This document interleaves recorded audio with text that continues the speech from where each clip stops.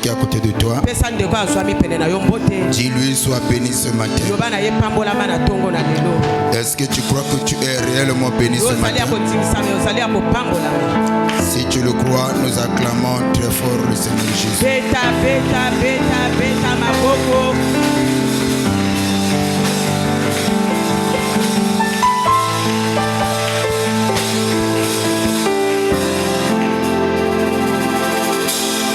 Amen. Amen. Avant de commencer le message, j'aimerais d'abord répondre à quelque chose qui est très important, qui me tient aussi à cœur. Merci les anciens, vous pouvez vous asseoir. Et je bénis et je salue la présence de tout le monde. Par là, je vois aussi ma future entrer quand. Ça s'est bien passé pour toi? Que Dieu soit loué. Est-ce qu'on peut acclamer très fort le Seigneur Jésus? J'aimerais répondre sur un petit sujet très important. Hier, j'ai reçu un appel d'une personne qui est au sein de cette église, qui a voulu faire la confession à propos d'un frère qui est aussi dans cette église. Mais quand je l'ai entendu parler, je me suis rendu compte que ce n'était pas la confession, mais c'était plutôt les accusations. Et je veux m'expliquer pourquoi je parle de l'accusation et non la confession. Et en parlant de ces choses, je mets en garde toutes les personnes qui auraient le même comportement que la sœur. Amen. Amen. Je veux m'expliquer. Je ne serai pas long avant de commencer le message.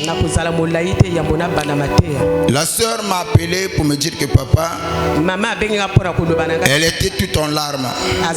Elle pleurait. Je dis, qu'est-ce qu'il y a? Est-ce qu'il y a une personne qui est partie? Est-ce qu'il y a un problème? Papa, je n'arrive pas. J'ai tellement mal au cœur. Et au départ, je croyais que c'était un problème qui est lié avec la mort. J'ai essayé un peu de la ramener à la raison, jusqu'à ce que la sœur s'est tranquillisée. Et elle a commencé maintenant à me expliquer le pourquoi. Il y a un frère au sein de l'église qui est aussi responsable, qui entretenait des relations extra-conjugales avec la sœur. Et jusque-là, la sœur n'a pas confessé. Jusqu'au jour où le frère va prendre une décision d'arrêter cette relation, parce qu'il trouve que ça ne l'arrange pas. Et quand le frère prend la décision d'arrêter, et c'est là où la sœur, elle vient me voir pour confesser. Que voilà papa, je veux confesser, j'ai été peut-être naïf, mais regarde comment est-ce que tes enfants se comportent. Elle a commencé à parler.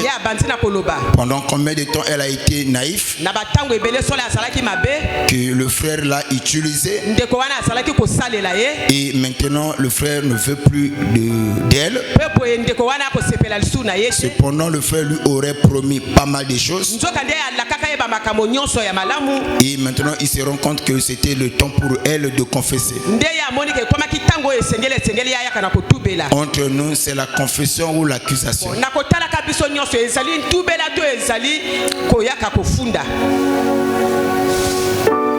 C'est la confession ou l'accusation. L'accusation.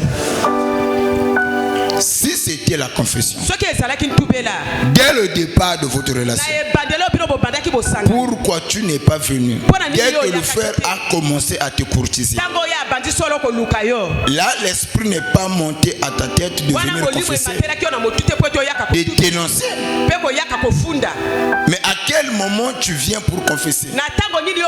C'est quand le frère veut arrêter. C'est quand tu vois que tes intérêts sont maintenant menacés. Ça, ce n'est pas la confession. C'est l'accusation. Et généralement, dans les églises, nous avons ce problème-là. Où les gens vivent ensemble en cachette. La personne ne se plaît. Et quand un va remarquer que ses intérêts sont menacés, elle va se passer pour la victime. Ou le frère va se passer pour le méchant. Et quelquefois, il y a des gens naïfs qui soutiennent de telles personnes. Et je n'aimerais pas que cela se reproduise ici.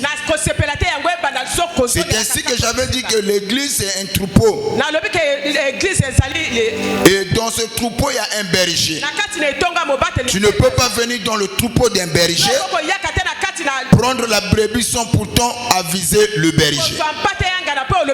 Toi aussi la sœur, quand on te courtise, et si c'est réellement tu es animé par l'Esprit de Dieu, avant de t'engager, faites de votre mieux que les choses soient officielles. Donc ça, ce n'est pas la confession, c'est l'accusation.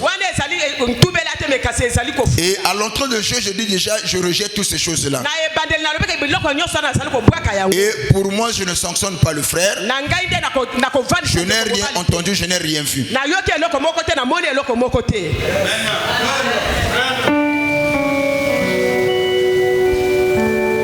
Je crois que tu allais me donner un amen.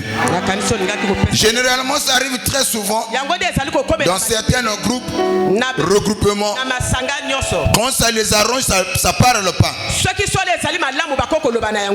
Mais c'est quand ça boite là. C'est là où l'esprit, maintenant, le Saint-Esprit va réapparaître dans la sœur pour confesser. Je vais chuter pour revenir sur mon message.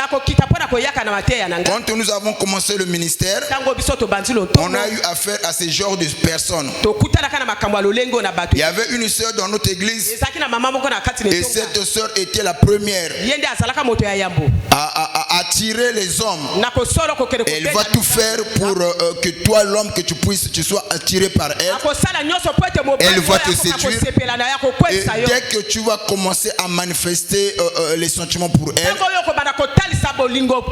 et elle va anticiper, c'est-à-dire qu'elle va t'accompagner jusqu'à ce que tu iras très loin. Et c'est comme ça qu'elle va maintenant pleurer en voyant l'homme de Dieu. Oh papa, regarde ce que le frère me fait, regarde ce qu'elle me dit. Et tout en gardant vos conversations. Et à cette époque, on trouvait la sœur comme étant une sainte, quelqu'un de bien, qui a toujours été victime des frères. Mais à la fin des comptes, nous avons compris que la sœur avait un esprit en elle, l'esprit de Jézabel. Et cet esprit avait pour but de détruire l'influence de l'église. Et parmi les personnes qui sont tombées dans son filet, c'était tous des responsables de l'église. Les chefs, ceux qui avaient la responsabilité au sein de l'église. Et quand les choses allaient bien, elle ne parlait pas. C'est quand ça caillait, elle venait voir les hommes de Dieu pour confesser. Et ce qui est bizarre, c'est quoi? Elle ne confessait pas seulement à une personne, quelquefois à 4, 5, 6 personnes, tout en pleurant. C'est ça l'esprit de la destruction. Ne commettez pas cela à l'église. Ne détruisez pas l'œuvre de Dieu. Ne détruisez pas l'influence de votre frère. Que Dieu vous bénisse. Que ceux qui commettent ces choses-là, arrêtez. Je répète encore que ceux qui commettent ces choses-là, arrêtez. Aujourd'hui, nous parlons d'une manière valée. Demain, nous allons appeler chat par chat et chien par chien. Que Dieu vous bénisse.